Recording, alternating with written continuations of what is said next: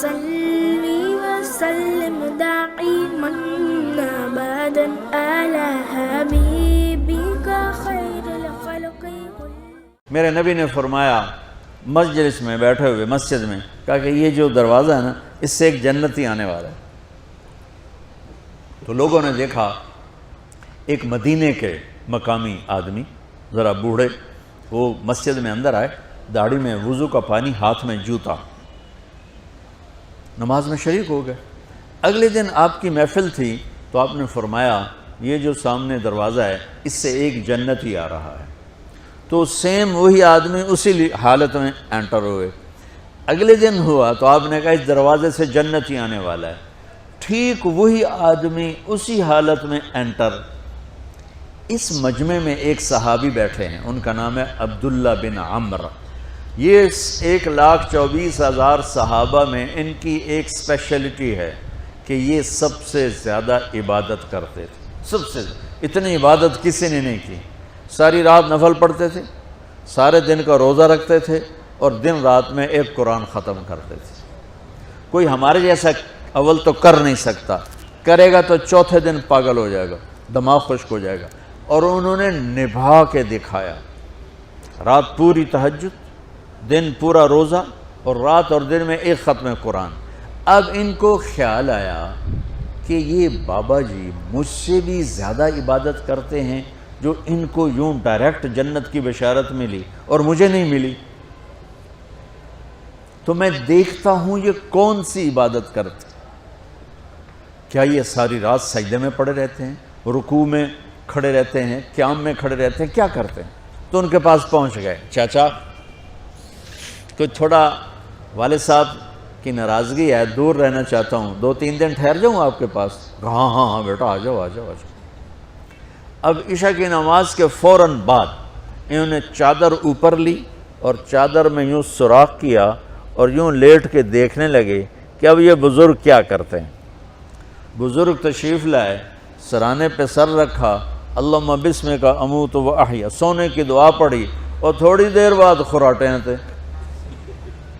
وہ بڑے حیران ہوئے، بھئی میرا تو خیال ہے یہ ساری رات سجدہ کرے گا تو رو رو مصلی تر کر دے گا، یہ تو خراٹے ہی چون جاندے نہ ہو جا رہے ہیں۔ اب وہ دیکھ رہے ہیں ابھی اٹھے گا ابھی اٹھے گا ابھی اٹھے گا، پھر انہوں نے کپڑا اتار دیا، ابھی سویا ہوا ہے۔ وہ فجر کی اذان پہ اٹھے اور ان کا دماغ چکر کھا گیا، بھئی اے کی بڑی تہجد دے 2 نفل بھی نہیں تو جنت دی بشارت 3 دن کٹھی۔ انہوں نے کہا کل دیکھوں گا، کل شاید کچھ اور کریں گے۔ اگلے دن آئے، پھر اسی طرح یوں کر کے لیٹ گئے، اور بزرگوں نے بھی یوں کیا، اور بسمک اموت و احیا، اور پورا کمرہ خراٹے نال۔ وہ پھر پریشان، یہ کب اٹھے گا کب اٹھے گا؟ فجر کی اذان پہ اٹھے تو اور ان کی حیرت بڑھ گئی، کہنے والا سچا، اس کے بات کو تو چیلنج ہو نہیں سکتا، وہ محمد مصطفیٰ ہیں، لیکن یہ چکر کیا ہے، یہ جنت مل کیسے رہی ہے؟ چلو ایک رات اور صحیح۔ تیسری رات آئے، یہ یوں لیٹے وہ یوں لیٹے، یہ دیکھتے رہے وہ سوتے رہے، حتیٰ کہ فجر کی اذان پہ آنکھ کھلی تو یہ نا پھٹ پڑے، کہنے لگے چاچا بات بتاؤں؟ کہنے کیا ہے؟ کہ میری کوئی جھگڑا نہیں تھا ابا سے، میں نے 3 دن مسلسل تیرے بارے میں سنا جنتی آ رہا، 3 دن تجھے اللہ کے نبی نے بشارت دی جنتی ہے جنتی ہے جنتی ہے، لیکن میں اس بات پہ حیران ہوں تو ساری رات سوتا رہتا۔ اس زمانے میں منافق بھی تہجد نہیں چھوڑتے تھے، فرض نماز تو فرض نماز ہے، منافق بھی تہجد نہیں چھوڑتے تھے۔ تو کہنے لگے کیا کرتے ہو؟ ساری رات تو سوتے گزار دیتے ہو، کیا کرتے ہو؟ کہنے لگے بھتیجے جو تو نے دیکھا ہے یہی کرتا ہوں۔ اب یہ پریشان ہے کہ اللہ کے نبی کی بات کو تو چیلنج ہو نہیں سکتا، اور جس کو بشارت دی ہے انہوں تے فٹ نظر نہیں آ رہی کہ کیسے تو نفل آج کہ نیک لوگ تہجد نہیں چھوڑتے۔ تو کہنے لگے اچھا چلو اللہ نے ایسا ہی اللہ کی مرضی، اللہ کے نبی کی مرضی. یہ 4 قدم چلے تو آپ سننا. کہا بھتیجے ادھر آؤ، کہا بیٹا ادھر آؤ. آ گئے. کہنے لگے اب تمہیں اصلی بات بتاؤں، اب تمہیں اندر کی بات بتاؤں. انہوں نے کہا کیا ہے کیا ہے؟ اب وہ تیار ہو گئے کہ یہ کہیں گے میں 3 دن بیمار تھا اس لیے میں اٹھ نہیں سکا، ورنہ میں تو ساری رات سجدے میں گزارتا ہوں، میں تو ساری رات روتے روتے گزارتا ہوں. تو 3 دن میں بیمار تھا، میرے پیٹ میں درد تھا، میرے سر میں درد تھا، تو میں اٹھ نہیں سکا، ورنہ تو دیکھتا تو حیران ہو جاتا میری رات کیسے ہوتی. لہذا ہاں جی جی جی. تو کہنے لگے مجھے دیکھو یہاں ہاتھ رکھا. کہا یہ جو دل ہے نا، دل اس میں دنیا کی کسی انسان کی نفرت نہیں ہے. اور جب اللہ کسی کو کوئی رزق دیتا ہے تو مجھے کبھی حسد نہیں ہوا، مجھے خوشی ہوتی ہے. تو ان کی جو باڈی لینگویج تھی نا، حیرت میں ڈوب کے وہ کہتے ہیں ہاں بات ہے سمجھ آ گئی یہی سے. انہوں نے ایسا نہیں کیا. وہ کہنے لگے ہاذا ہوا، اچھلے اپنی جگہ سے ہاذا ہوا.